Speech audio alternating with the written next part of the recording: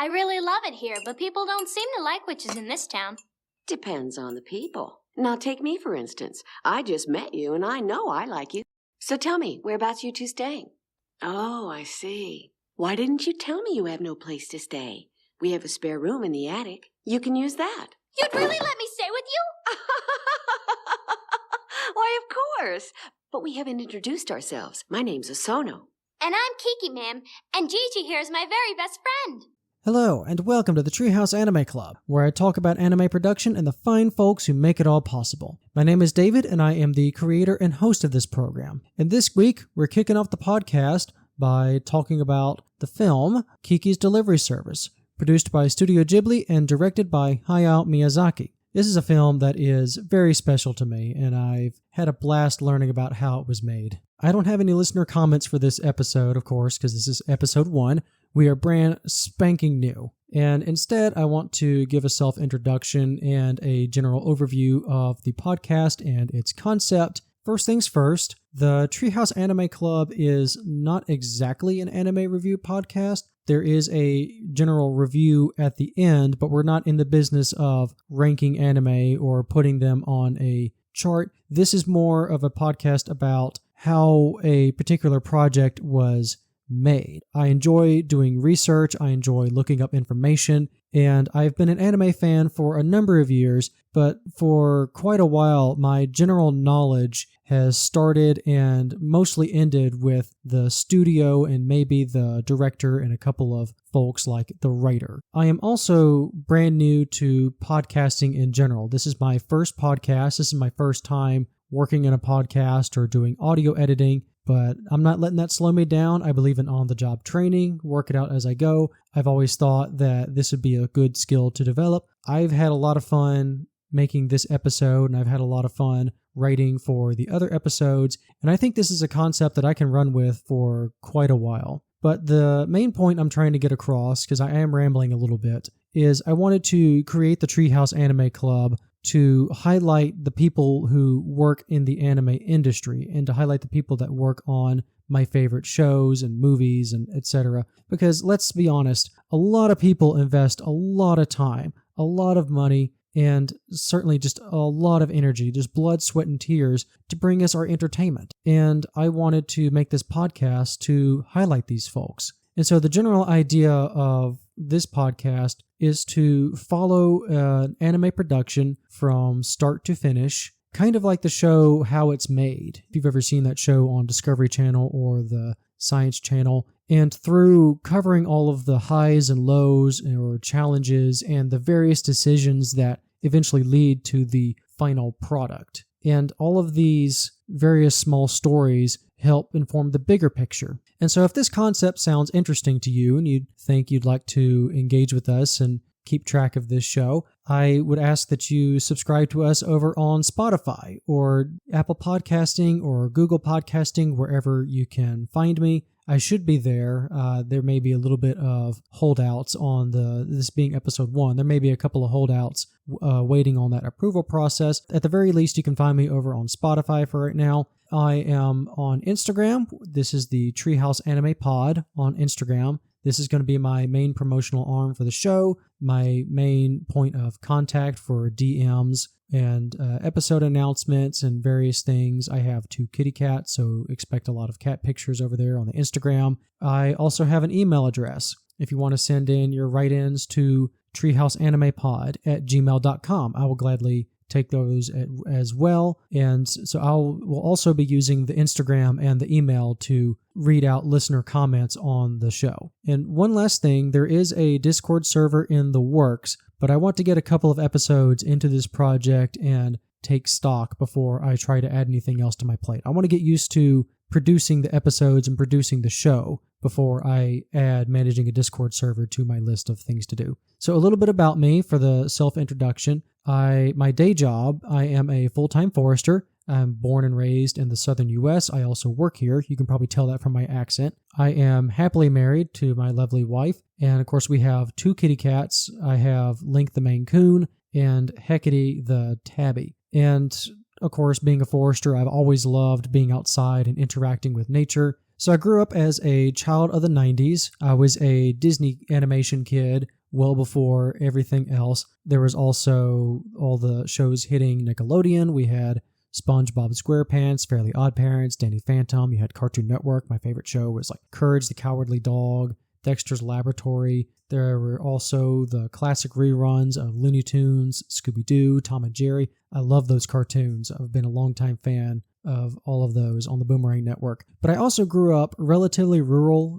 There were a lot of woods around me, and I spent a lot of time outdoors. But the times that I did sit in front of the TV, this was during the last gasp of Saturday morning cartoon blocks. Primarily for the purposes of this podcast, I have a lot of nostalgia for the 4Kids / Fox block or whatever they kept changing their name to. We had the Pokemon show, we had Beyblades, Metabots. I was also a fan of Shaman King, but my big series was actually Yu-Gi-Oh! Of all things. I was not really a fan of Pokemon, but Yu-Gi-Oh! Was more my Saturday morning cartoon of choice. And I'm still a card-carrying OG series fan. I've seen every single episode at least twice. I was also a big fan of the Power Rangers. I could usually catch an episode before going to elementary school. I didn't start with the original Mighty Morphin series. I was a bit too young to catch it in 95, but I did catch all the reruns, and I caught the back half of that series, plus all the different shows that they did up until about 2005.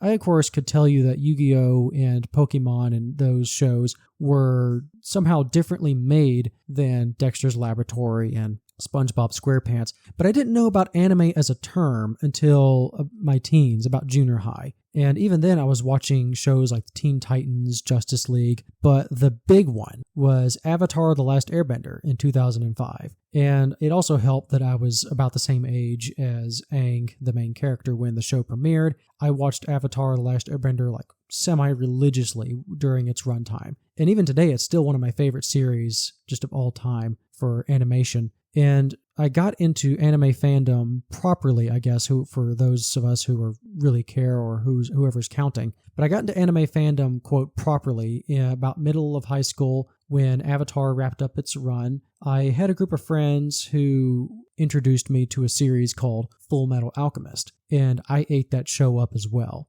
After I finished Full Metal, I went back and watched a lot of the shows that premiered on Toonami, the late night block of primarily anime cartoons. So I caught up on Gundam Wing, Yu Yu Hakusho, Tenchi Muyo, Cowboy Bebop, Outlaw Star, We're Gonna Be Here Forever. The long story short is I haven't looked back since then. I've been a fan ever since. And to jump forward a little bit further, I started collecting anime about halfway through college, and I've been a collector for about 10 years.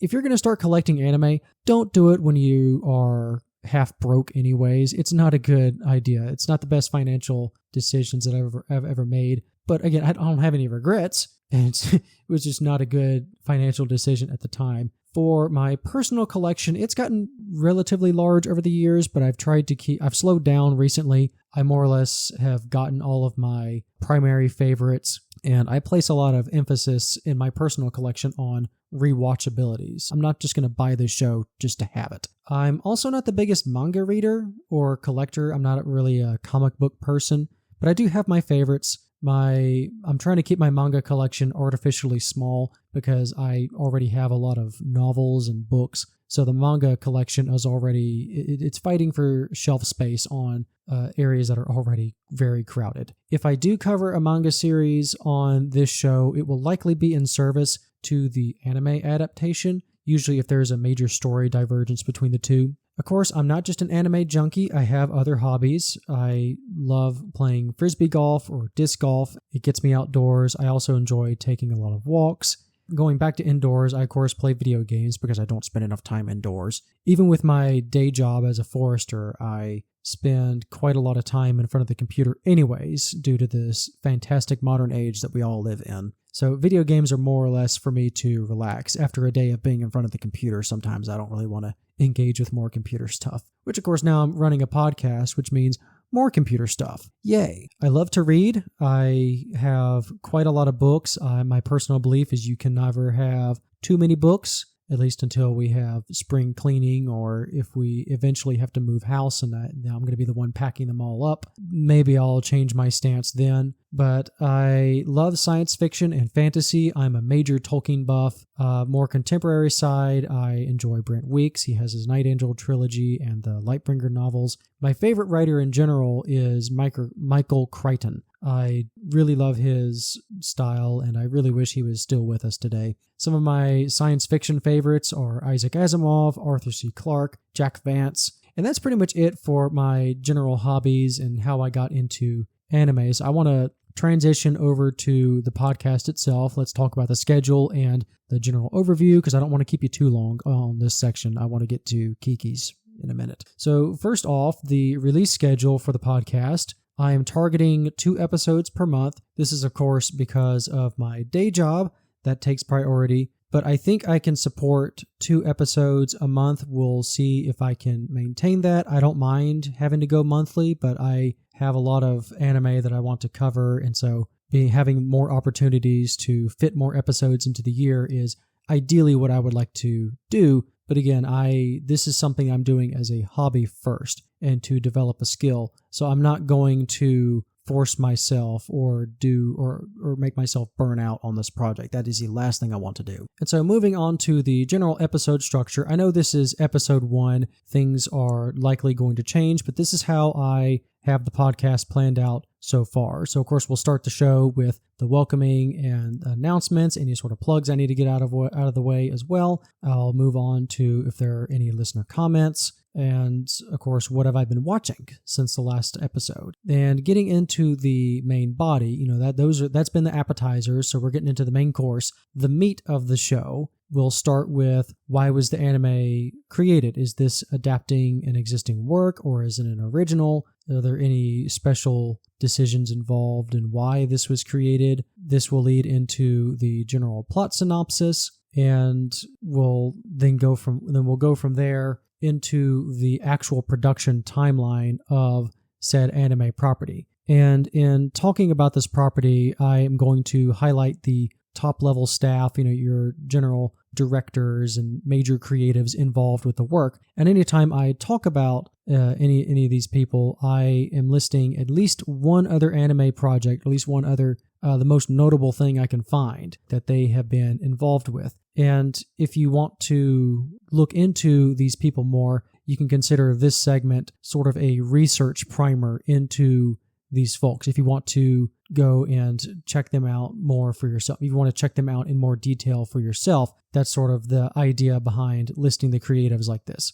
And this same approach applies to the major characters in the plot and the voice actors. They will also get some additional outside anime credits, so you can go check them out by yourself if you so wish. And that will lead into the general conclusion of the episode, the review roundup. This is more of my personal opinions on the project and the final product. I'm not going to assign any numbers or a review score. This is more for me just to talk about how I feel on a project. You'll pretty much know how I feel on a project either through the production side and especially during the review roundup. And after the review roundup, I will include a nice little surprise at the end of every episode, a nice little treat for listening all the way. Or, of course, you can be that person and skip ahead. So once again, this is the Treehouse Anime Club. I am very excited to get started. I hope you enjoy the show. Next, join Disney for a spell with that fun-loving witch Kiki. And this Wednesday, ta-da! For the first time on Disney. Go, Kiki! Go, Kiki! Disney's gonna brew up a high-flying magical show starring Kiki. My name's Kiki, and I'm a witch. A little witch who delivers some serious powers. Along with her freaky feline friend, Gigi. Buckle up and fly across Disney with Kiki.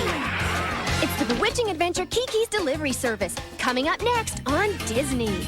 And here we are. This is the story of Kiki's Delivery Service, or its original title, Majo no Takyuban, produced by Studio Ghibli and directed by the ubiquitous Hayao Miyazaki. The film is based on the best-selling 1985 children's novel written by Eiko Kadano. And the general plot follows Kiki, a 13-year-old apprentice witch. She is from a long line of witches on her mother's side, and as part of her training, she must live by herself in a different town for 1 year without the help of her parents or any other witches to prove that she can make a living with her abilities. She is accompanied by her familiar, a black cat named Gigi, and she eventually ends up in this little town of Koriko, which is strangely not named in the film directly, but you can see the name of the town on a delivery truck. And so the plot follows Kiki as she starts a new life for herself in the city. And after some early obstacles and a few setbacks, Kiki decides to start a delivery service by flying parcels to people on her broom, almost like a mail order catalog before that was a thing. She gets involved in various misadventures around town. In the novel, these adventures are little episodic tales, kind of like diary entries, if you think of it like that. There are a couple of notable stories that I'll go over. The first one being she loses a stuffed cat toy and has to use Gigi as a substitute to buy time while she tracks down the actual toy. This also happens in the movie. There is a time where she poses for a portrait, then delivers the painting to the town square for an art exhibit. There's another story where she flies gears in various parts in order to fix the town's clock tower for New Year's Eve. And she also saves a child from drowning in the ocean during a trip to the beach. So the delivery service in the novel is basically the vehicle and also the narrative glue to pull together all the stories and to flesh out both Kiki and the town. And the novel basically follows her various adventures in the town throughout her year in Koriko, and then Kiki returns home to complete her training. But Kiki loves the town so much, she decides to live there for good once her training is completed. So in order to set the scene for the movie adaptation, I want to very briefly go over Hayao Miyazaki and the creation of Studio Ghibli. Hayao Miyazaki is arguably one of the most well-known anime movie directors in the world. He started his career as an animator way back in 1963 and worked on a lot of early classics of Japanese animation well before his better-known career leading Studio Ghibli. A few of his more notable pre-Ghibli works include Horse, Prince of the Sun in 1968, Puss in Boots in 1969, and Animal Treasure Island in 1971. His first directed series was Future Boy Conan in 1978, and his directorial movie debut was the classic film Lupin III, The Castle of Cagliostro. That one was a real career maker. And so Studio Ghibli was founded in 1985 after the success of the film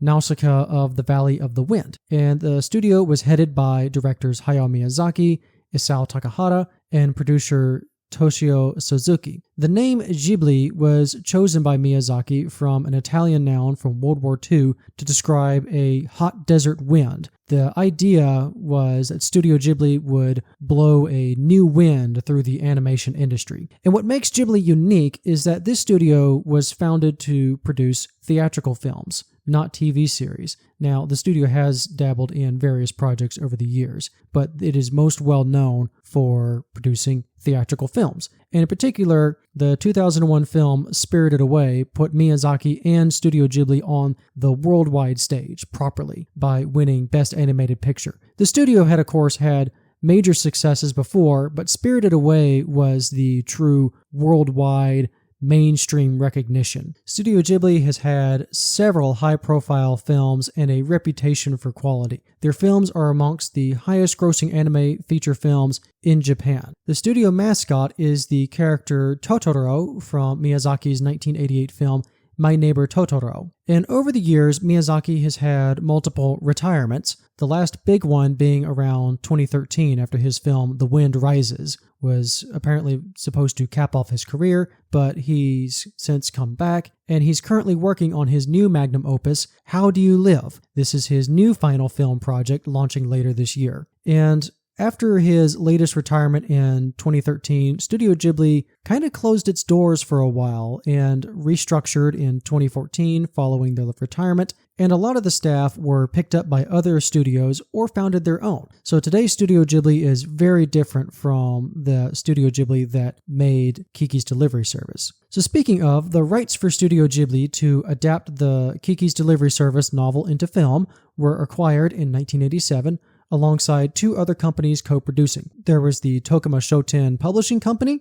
They published video games, movies, music, manga, books, the whole deal. The second company being Yamato Transport, which is a door-to-door delivery company. And at the time, Studio Ghibli was a subsidiary of the Tokuma Shoten Company until April 2005, when Tokuma executed a corporate spin-off with Studio Ghibli, and that caused the studio to go independent. And also, Yamato Transport in particular was very eager to sponsor the film. Its corporate logo is actually a yellow oval with a black cat carrying her kitten in its mouth. And the original plan was for Miyazaki or Takahata to direct this movie. However, at the time, both men were busy with My Neighbor Totoro and Grave of the Fireflies, respectively. The studio was tackling these two movies at the same time, and most of the, quote, A-team was working on it. The studio was very busy. So instead, Miyazaki picked an up-and-comer Sunao Katabuchi to direct the film. And this was going to be Katabuchi's directorial debut,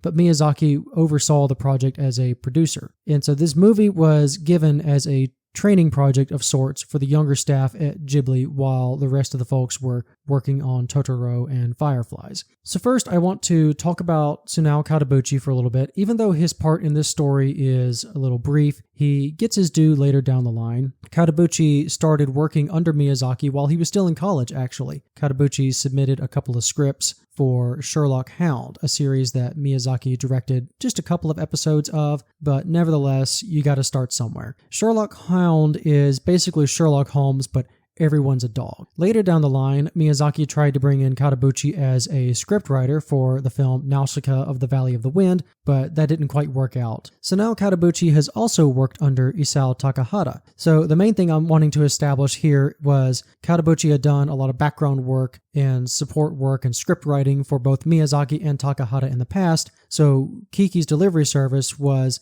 these men giving Katabuchi his chance at the director's seat. So we're going to fast forward a little bit to where Totoro and Fireflies have both wrapped up production, they are releasing in the theaters, and a lot of the staff on Totoro transitioned over to Kiki's. And Miyazaki assesses progress on the film, and by all accounts, this project was in trouble. A lot of articles that I read just say that the young staff was intimidated by the scope of the project that they'd been given, and that progress was just they were kind of treading water. And in the DVD interviews on Kiki's Delivery Service, Miyazaki himself states that the project was frankly falling apart, and then he had to step in if the movie was going to be saved. So it's 1988, Miyazaki takes over as director for Kiki's Delivery Service, and Katabuchi is demoted to the assistant director. But again, he gets his due later down the line. And one of the first things Miyazaki does, he threw out the first screenplay and wrote a brand new one practically from scratch. So on the official film credits for Kiki's Delivery Service, we have Miyazaki listed as a producer, the main director, and the screenplay credits. He did a lot for this film. And so in setting up for his new vision for the film, Miyazaki sent the senior staff location scouting in Europe, mainly Sweden. If you want the primary model for the town of Koriko, look no further than Visby, Sweden. And in general, Miyazaki took a lot of creative licenses with his interpretation of the setting of the book. Most notably, it's the time period of the film is very vague. Again, in the same DVD interview, Miyazaki says that his interpretation of Kiki's setting was a conflict-free Europe. And this city just screams Europe. There's a lot of Swedish influence is obviously the primary one, but there's Italian, French, Spanish, British, and on top of that, it's mixed in with vaguely 1950s Americana. There's a lot of mixing technologies as well. We have Zeppelins and biplanes next to vintage American autos from the 50s and even the 60s. We have modern gas stoves next to wood-burning stoves. We have black and white television / radio sets that can receive live broadcasts. So something like cable is also apparently a thing. It feels very anachronistic, quite frankly, but it works. It's this weird mixing bowl of ideas that is executed upon just very well. And Miyazaki, again, just chuckles in this interview of like, oh yes, I fooled the Japanese audience rather brilliantly. They didn't know where any of this was coming from. I just threw in whatever I thought would be cool for European influence. So he fancies himself a little bit of a jokester. The character design for the film is credited to Katsuya Kondo, and he's also one of the 3 animation directors on Kiki's. He tackled character designs while simultaneously working on My Neighbor Totoro as a key animator. And he has been a character designer on multiple Ghibli projects, the film Ocean Waves in 1993, the TV series Ronja the Robber's Daughter in 2014, Earwig and the Witch in 2020, but that's the most recent one, to name a few projects. And when you talk about the Ghibli look for their character designs, Katsuya Kondo is the man who is credited with playing a big part in creating that style. And the Ghibli look is generally, like, I find that the faces are very soft, they're rounded and very gentle, very approachable. Ghibli characters have a factor of squash and stretch to their faces and emotion, but it never ventures into full-on cartoonish. There's a little bit of blurring the line between realism and full-on cartoon. Their eyes especially, the Ghibli eyes are bright and soulful and deep. They kind of look like Pixar eyes in 2D. And when a Ghibli character cries, they do like these great giant teardrops. It's like a river almost. And this character design allows for a wide range of expressions. And again, that squash and stretch to them.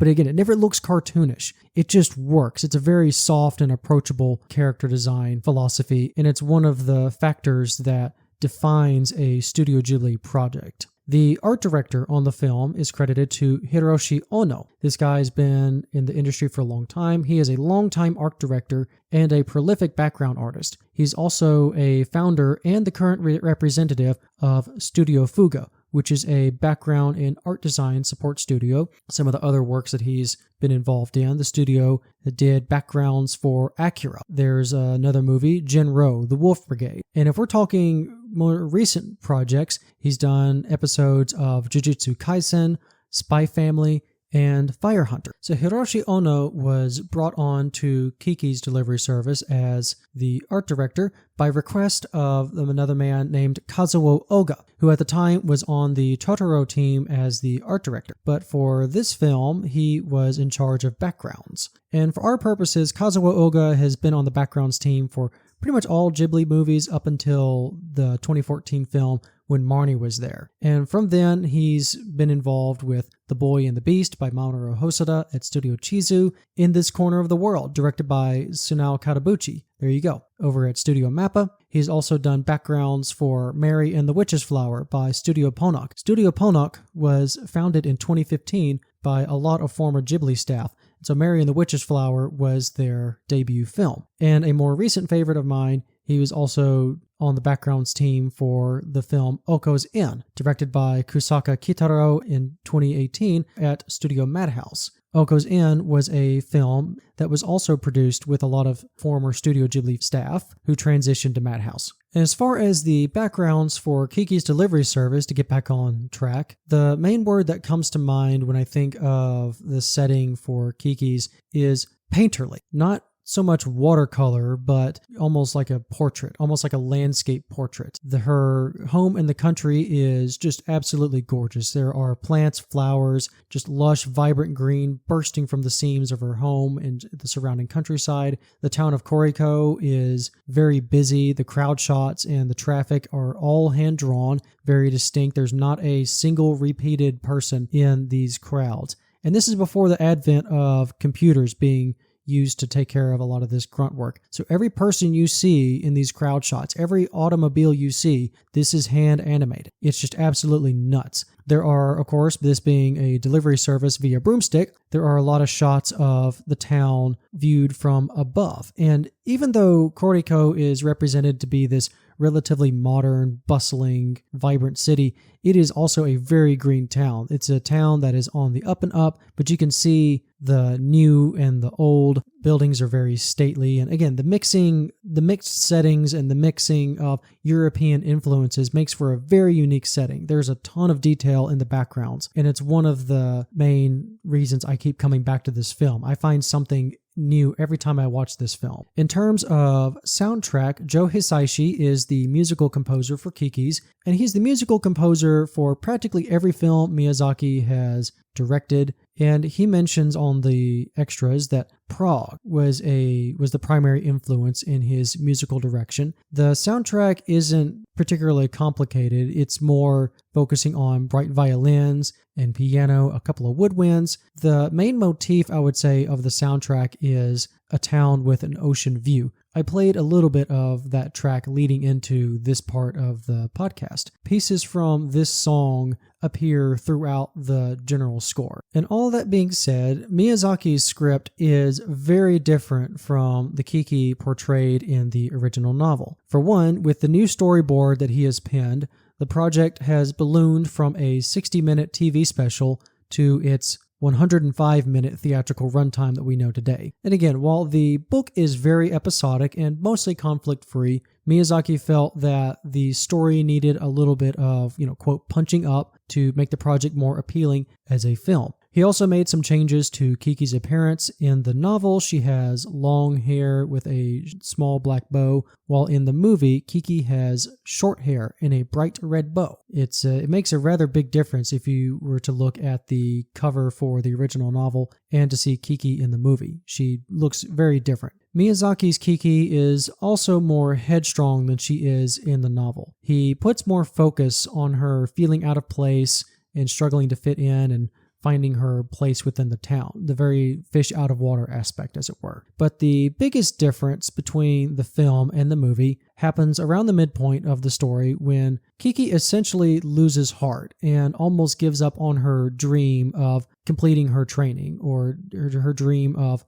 self-reliance or her dreams of success, which is, of course, wildly different from the book. This never happens in the book. And Eiko Kadono, the author, is rather upset with these changes once she gets wind of them. She, in fact, threatened to close down the production during this time. And, of course, this is a rather serious problem. This is quite the creative rift that Miyazaki has put between his adaptation and the author. And of course, we today have the benefit of hindsight, but I can imagine Kadono-san being rather worried at the time that her book wasn't being adapted faithfully at all. I've seen my fair share, and I'm sure you have as well, of popular children's novels or young adult novels that get adapted into bad films that don't represent the property at all. My biggest one was Aragon back in the day. That movie is awful. There's also Percy Jackson's series, Rings of Power. But as it goes, Miyazaki and Toshio Suzuki, the assistant producer of Studio Ghibli, brought her in for a studio tour, and this was enough to calm her down and not cancel the project. Hooray! So I'm going to jump into the main players active in the story aside from Kiki, and I'm going to start with the bakery owners, Osono and her husband Fukuo. Osono is essentially Kiki's adopted mom for the movie. She is the first person in town to reach out to Kiki, and she immediately sees the young witch's potential. Osono also gives Kiki a place to stay in exchange for helping out at the bakery, as Osono is expecting a baby soon. Fukuo doesn't really do anything in the film. In fact, his name isn't even mentioned. I didn't even know what his name was until I was looking at the DVD credits. He's mostly a silent role. He's kind of the stoic dad guy with a big teddy bear heart of gold, but he doesn't really do anything in the film. Osono is the main player between the couple. And it's actually Osono who comes up with the idea of the delivery service in the movie, and she also helps spread the word around town to help Kiki get started. The next person I want to talk about is Tombo. He is a young boy who hangs out with a gang of kids in town, and he is fascinated with flight. So over the course of the film, he becomes like the enthusiastic little brother / best friend for Kiki, someone her own age who can be her in for the rest of the kids. And Tombo spends the movie mostly off-screen, building a bicycle-powered flying machine that we see take off and active at the end of the film. There's also a section in the middle of the film where he and Kiki take the propeller bike essentially out for a test drive. Tombo's name also means dragonfly, which a funny detail for the end of the film, to jump ahead a little bit, his little flying machine kind of looks like a giant dragonfly. Another important side character is Ursula the artist. She mostly keeps to herself and living in a cabin in the woods to produce her art away from the noise and bustle of the city. And she's a bit of a tomboy, a bit of a rebel, dresses more like the men. She never wears a dress or anything like that. She is more or less Kiki's adopted big sister for the film. And she's a rather straight shooter. Out of all of the people in the movie, Ursula, I feel, kind of gets Kiki's situation the best. And the last character I want to talk about is the Madam. She's not terribly involved in the film, but is involved enough to represent Kiki's adoptive grandmother and something of an anchor to Kiki's familiar countryside home, because everything about the city is new and loud and bustling to Kiki, but Madam lives in an older part of town, and she's a very calm, stable, but she's still a young lady at heart. She appreciates the wonder in the world. Despite all the changes that she's witnessed over the years, she still has a fascination with the world. And of course, she just gets absolutely giddy every time she sees Kiki flying on a broomstick. And so for the original Japanese dub for the movie, we have opening and ending credits performed by Yumi Arai, Message of Rouge and Message of Kindness. Kiki and Ursula are voiced by Minami Takayama. She is a voice actress and a singer. Most notably for my credits, she is the voice of the main character, Conan, in the series Detective Conan, or you may recognize it as Case Closed over here in America. Gigi is voiced by a lady named Rei Sakuma. She is also another voice actress and musician, and she is the voice of a character named Butterco in Anpan Man. She's had that role for over 20 years, starting in 1988. And a quick note about Gigi's voice actress. Cats are traditionally voiced by women in Japan, so that's just a thing that they do over there. But it's also not so different from how women are usually cast as young boys anyways in a lot of productions. And that holds true even over here. Morgana from Persona 5, for example, is voiced by a lady. And a quick note about Anpan Man, because it's a series that I'm not terribly familiar with, but I know of it. Anpan Man is a long-running children's series from the 80s, and it's still growing strong today. And the basic summary of Anpan Man is, one night, the star of life falls down the chimney of a bakery nestled deep in the forest, causing the dough in the oven to come to life. This dough becomes Anpan Man, a superhero made of anpan, which is a sweet roll with a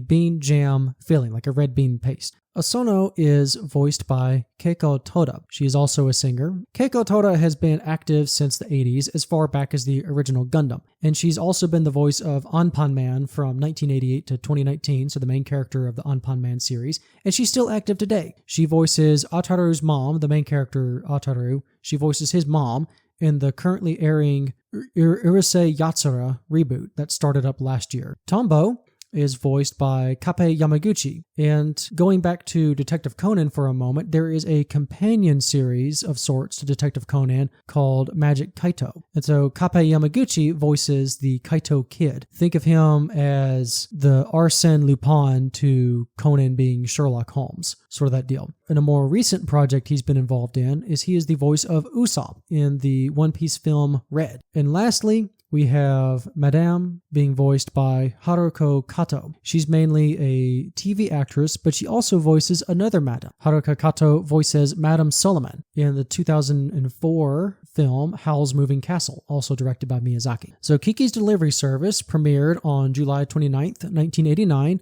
and quickly became Japan's highest-grossing film of that year. The worldwide releases followed soon after and were a major success. And even today, the home video sales generate a lot of revenue. In fact, shortly after the Japanese premiere, the first English dub of Kiki's Delivery Service was produced by Carl Macek of Streamline Pictures in the later half of 1989. The movie was dubbed roughly alongside My Neighbor Totoro, Twilight of the Cockroaches, Laputa Castle in the Sky, and Akira. And this dub was done at the request of Tokuma Shoten for the purposes of being aired on Japan international flights. And then the only official release of this Streamline Pictures dub is on Ghibli Laserdisc box sets. So Kiki is voiced by the late Lisa Michelson?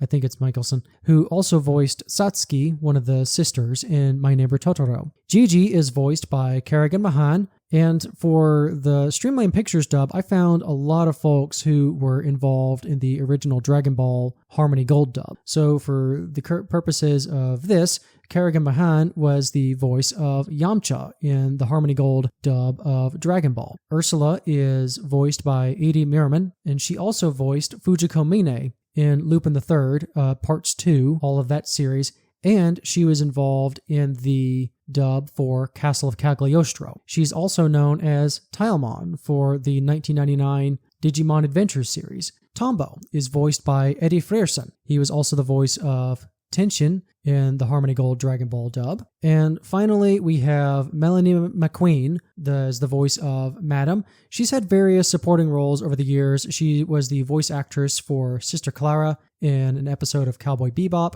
and she also played one of the mothers in My Neighbor Totoro. And so fast forward a couple of years in 1997 with the Walt Disney Productions dub. So Kiki's Delivery Service was actually the first movie released under a 15-year partnership between Walt Disney and Studio Ghibli. This partnership lasted from 1996 to 2011. So Kiki's Delivery Service was similar to the Streamlined dub. Walt Disney was dubbing Kiki's Delivery Service next to Totoro, Princess Mononoke, etc. But the Disney dub added a lot of extra dialogue. They added a lot of insert music for the soundtrack. They also overlaid a lot of extra sound effects over sections of the film that were originally silent in the original Japanese dub. Now, these changes were approved by Studio Ghibli. There were no cuts to the film. However, the kanji on road signs and etc. were being replaced with English text, as was the style at the time. The additional musical inserts were composed by Paul Chihara,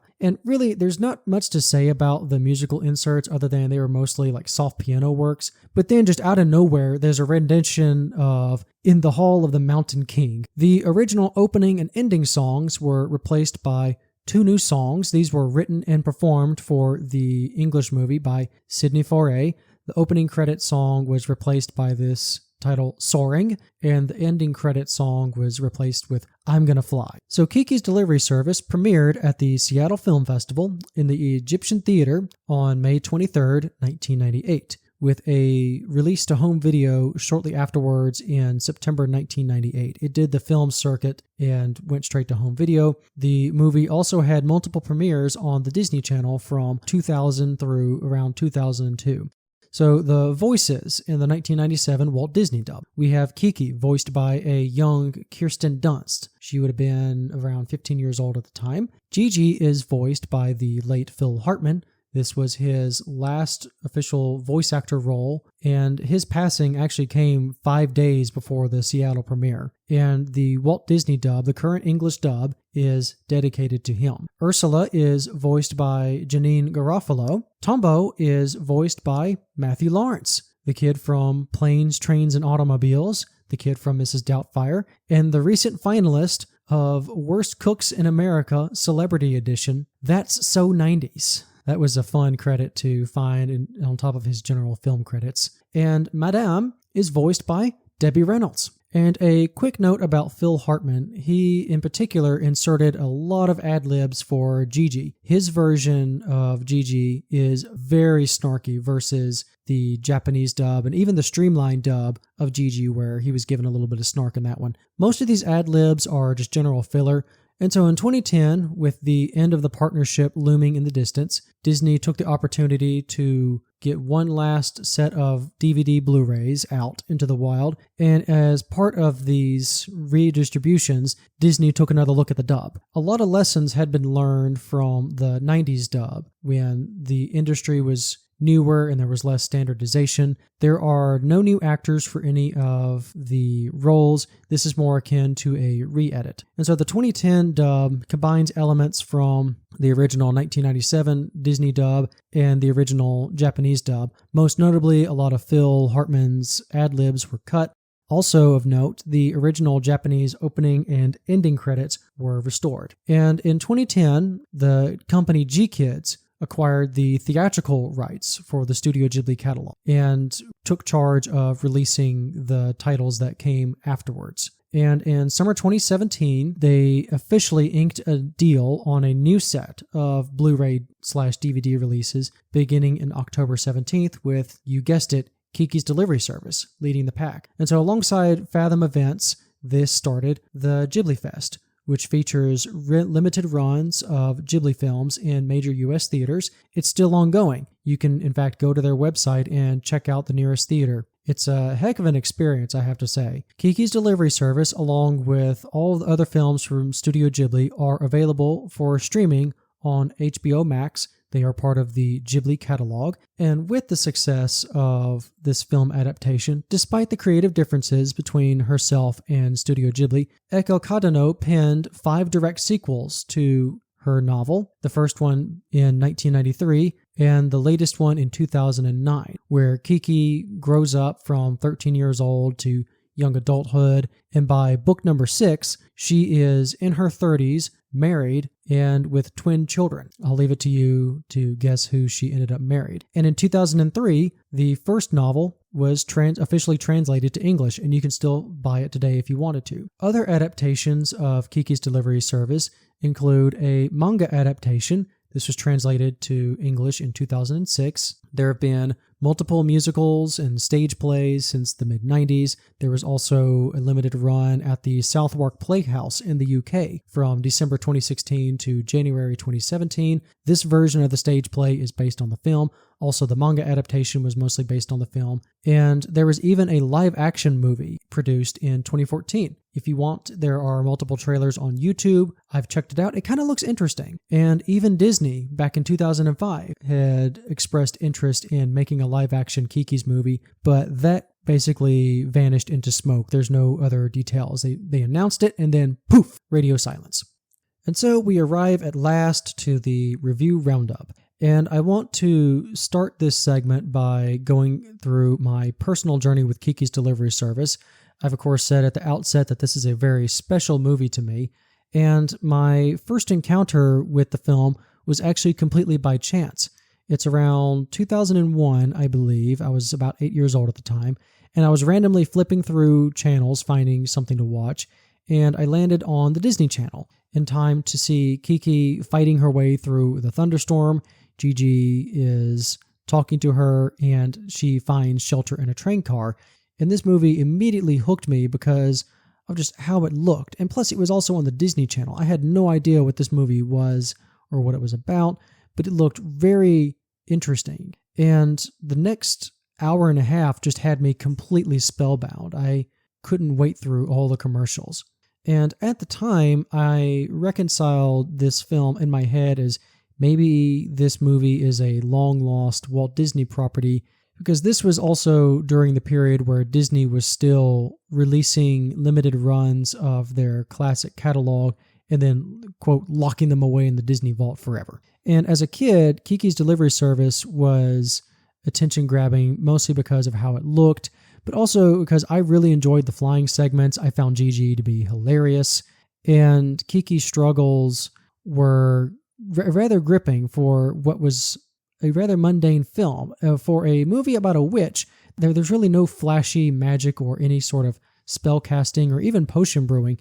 Aside from her broom and her flying powers, Kiki's just a regular girl. But this movie is one of the rare films that has aged up with me. I've gotten different lessons watching it now as an adult, and I pick up on a lot of the more subtle messaging of Miyazaki's story than I did when I was a kid. And, you know, as a kid, I was more focused on the flying segments and her wanting to make friends with all the kids in town. And as an adult, I identify much more with Kiki struggling with the finances, scheduling her work, and, you know, being worn down by the grind and struggling to keep her passion afloat. And a lot of Kiki's conflict in the film mirrors some of my early doubts from when I was planning the Treehouse Anime Club and looking at what do I want this podcast to be, and am I even good enough to start this podcast? You know, it's all here. The adjusting to unfamiliar territory, all of my self-doubts on, should I really start this? Am I good enough to make a podcast?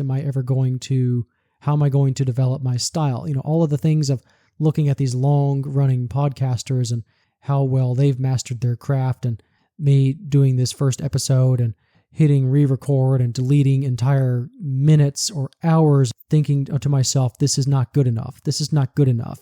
And also my own worries about scheduling for this podcast and can I maintain the passion? Because, of course, this is episode 1. This is the earliest stage. And right now my schedule is relatively clear. But what happens if I get very, very busy with work? Will there be a point that maybe I get worn down by work so much that I lose creative passion for doing this podcast? It's all there. But at the end of the day, I find hope because, no, this is something that I am very passionate about. This is not just a one-time thing. I have had a blast writing not just this episode, but multiple episodes. With every new recording session, I get better and better. My confidence gets better. My voice gets better. And so a lot of these conflicts and struggles that I've had at this early onset, I find a lot of parallels to Kiki's delivery service. And also when I am feeling down and in the dumps, Kiki's delivery service is the kind of movie that I, even if I put it in on the background, whenever that movie wraps up, I'm instantly in a better mood. And another thing that I really enjoy about this film is there's no villain. For a lot of Miyazaki's other films, particularly you have Princess Mononoke, Castle in the Sky has a villain, Spirited Away has some villains, Nausicaa, of course, has villains, Porco Rosso. There's no villain for Kiki's delivery service. Kiki herself is more like her own biggest, quote, enemy. Instead, Miyazaki focuses on what I find to be 2 primary themes, which are maturity and self-worth. Because throughout the film, Kiki is confronted with various moments that challenge her self-image and kind of chip away at her self-confidence.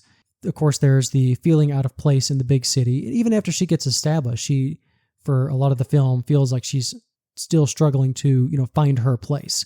There are a lot of casual comments by the kids in the movie on her quaint or traditional clothes by all the city girls who have rich parents. They're very flat. They wear very flashy dresses and nice shoes and jewelry.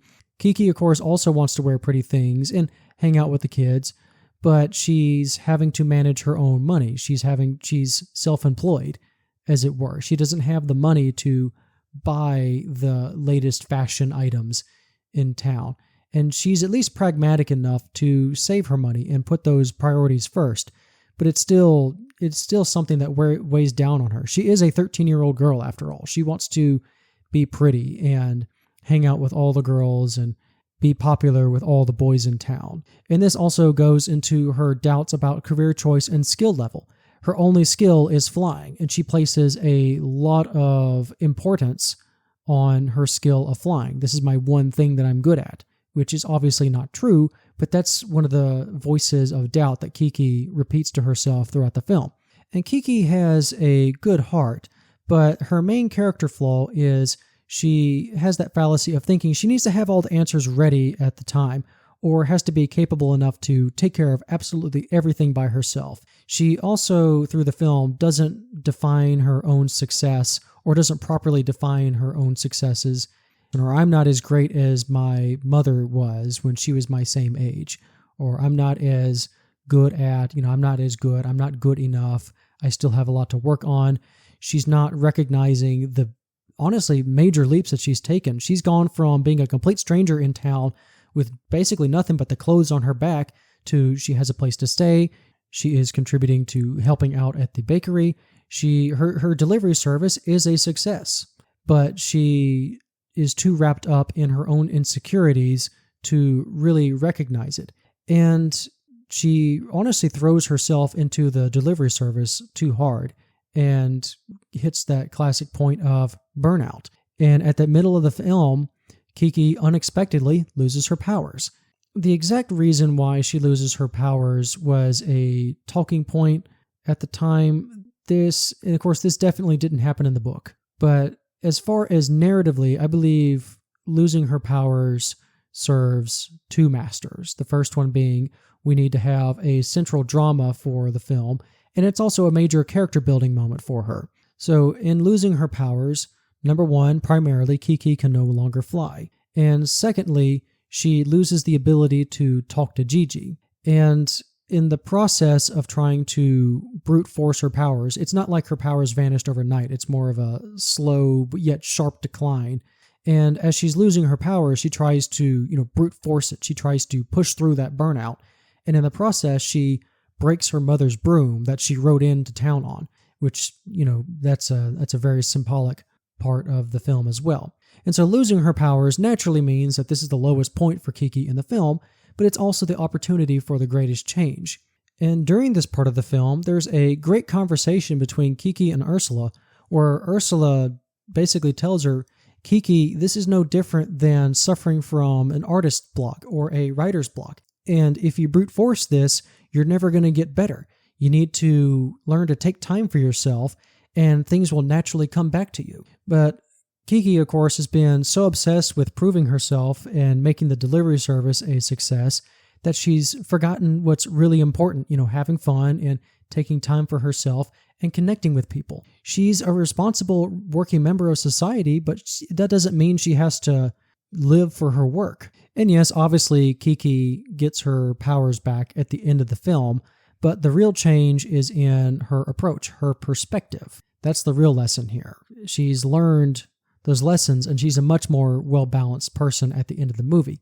And even though she has her powers back, she does not regain the ability to, quote, talk to Gigi. Gigi never talks to her again, but this is also an important facet of Kiki's development. Miyazaki has gone on record saying Gigi represents the, quote, immature side of Kiki. Gigi has essentially done his job. He's earned his retirement. And in a way, he kind of goes his separate way from Kiki, but he's still around. He's earned his retirement. So I really like the ending credit sequence showing Kiki's new life. She has found her inner balance. She's found the healthy work-life balance. And you can tell that she's been accepted by the town as a whole. She fits in with the kids in town, and you also have Tombo, who builds the flying machine. It's that bike plane that looks like a giant dragonfly, and he can't quite keep the thing aloft. He's got a little pull rope at the top that Kiki flies next to him in her broom, and she kind of resets his elevation. And Gigi also has a little family, and you can see him holding a little string with all of his kittens on a line while they take rides on Kiki's broom. And again, I just love this movie. Kiki's Delivery Service is an excellent coming-of-age film, and every time I watch it, I just feel good. So, all in all, I really couldn't have asked for a better start to this podcast. So before I leave you, I would like to issue a couple of special thanks, primarily for my parents and especially my wife for putting up with me and just letting me be a big old goofy kid. My wife, God bless her, she's the best thing that's ever happened to me. I would also like to thank members of the Remember the Game Discord. This is a retro gaming podcast who's hosted by Adam Blank.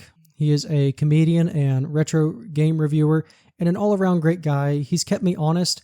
I know despite his busy schedule, I bounced a lot of ideas off of him, and I really appreciate his patience, and especially the guys over at the Remember the Game Discord.